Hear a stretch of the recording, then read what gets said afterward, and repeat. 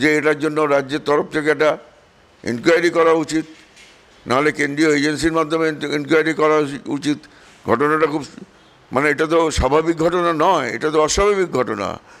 রাজ্যের মুখ্যমন্ত্রী পড়ে যাচ্ছেন কিংবা কেউ ঠেলে ফেলে দিচ্ছেন, কি করে হচ্ছে এটার তদন্ত হয়ে অন্তত বাংলার মানুষকে জানানো উচিত। হুইল চেয়ারটা কি আর চলবে? খারাপ কথা হলো তাহলে এবার স্ট্রেচারে করে ছবি নিয়ে নির্বাচনের কাজ করতে হবে। হুইল চেয়ার তো হয়ে গেছে, এক জিনিস বারবার বারবার মানুষের কাছে চলে না। নমস্কার, চ্যানেল হিন্দুস্তানের সমস্ত দর্শককে অনেক অনেক স্বাগত। আজ আমাদের সঙ্গে রয়েছেন বিজেপি নেতা শিবাজি সিংহ রায়।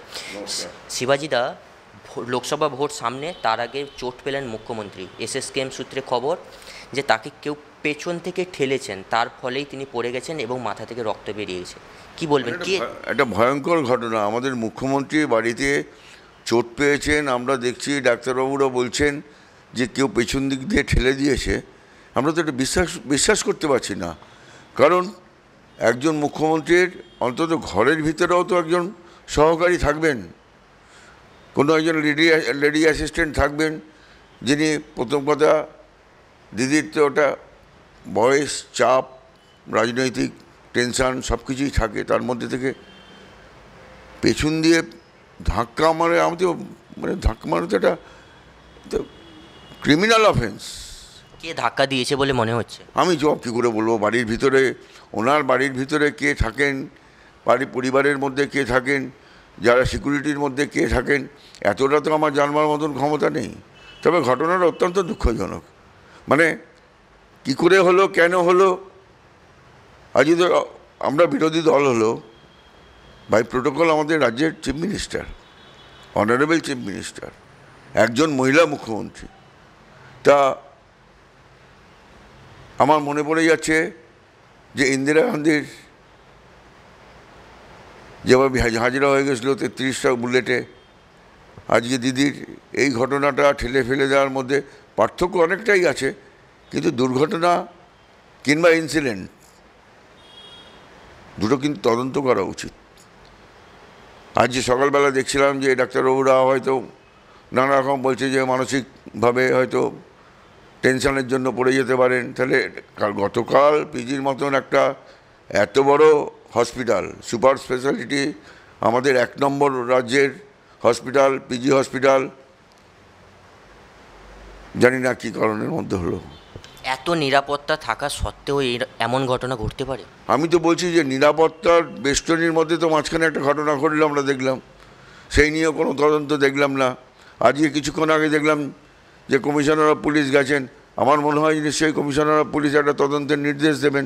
এটা না হলেও আমাদের তরফ থেকে একটা বলা উচিত যে এটার জন্য রাজ্যের তরফ থেকে একটা ইনকোয়ারি করা উচিত, নাহলে কেন্দ্রীয় এজেন্সির মাধ্যমে ইনকোয়ারি করা উচিত। ঘটনাটা খুব মানে এটা তো স্বাভাবিক ঘটনা নয়, এটা তো অস্বাভাবিক ঘটনা। রাজ্যের মুখ্যমন্ত্রী পড়ে যাচ্ছেন কিংবা কেউ ঠেলে ফেলে দিচ্ছেন, কি করে হচ্ছে এটার তদন্ত হয়ে অন্তত বাংলার মানুষকে জানানো উচিত। দেশের প্রধানমন্ত্রী, রাজ্যপাল সবাই পৌঁছে যাচ্ছেন, সমস্ত রাজনৈতিক দলের শুভেচ্ছা আসছেন, কিন্তু শুভেচ্ছা আসবে, আমরা চাই দিদি সুস্থ থাকুক, আরও অনেক দিন আমাদের মধ্যে থাকুক। কিন্তু এইরকম এটা কী ঘটনা, দুঃখজনকও বলবো না, না একটা কনস্পিরেসি বলবো, কী জিনিস আমি নিজে বুঝতে পারছি না। এটার একটা ব্যাখ্যা বাংলার মানুষকে জানানো উচিত।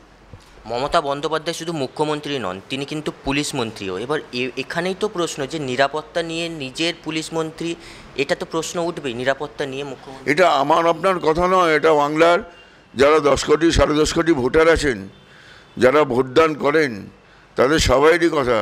রাজ্যের মুখ্যমন্ত্রী তো প্রশাসনিক প্রধান, পুলিশ দপ্তর তো ওনার হাতে।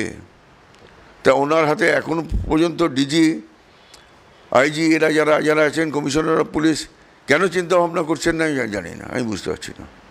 বিরোধীরা বলতে গেলে বিজেপি, বাম, কংগ্রেস সবাই বারবার বলতে দেখা শোনা গেছে যে ভোট এলেই নাকি মুখ্যমন্ত্রী চোট পেয়ে যান।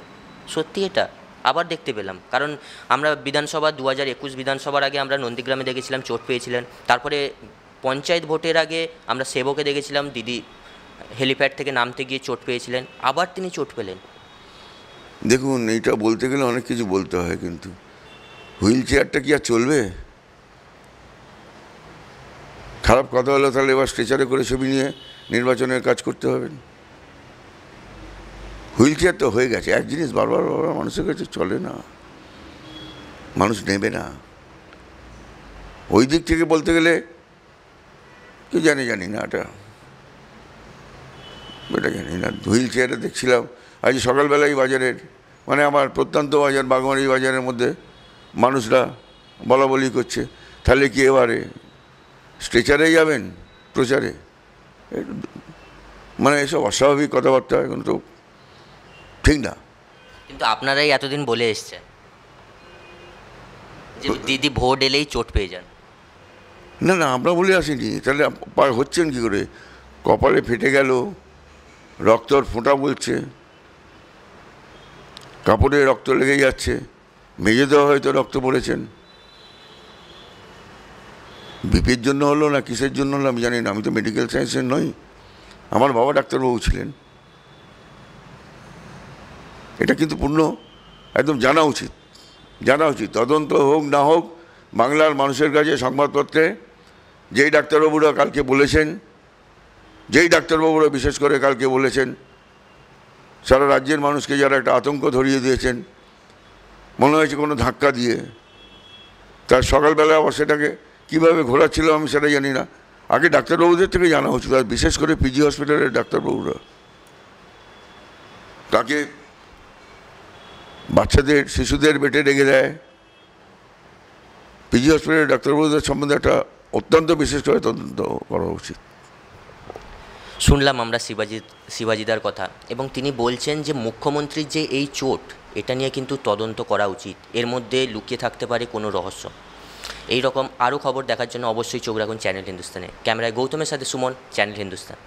বিভিন্ন বিষয়ে ভিডিও পেতে চ্যানেল হিন্দুস্তানের ইউটিউব চ্যানেল সাবস্ক্রাইব করুন www.youtube.com/channelhindustan।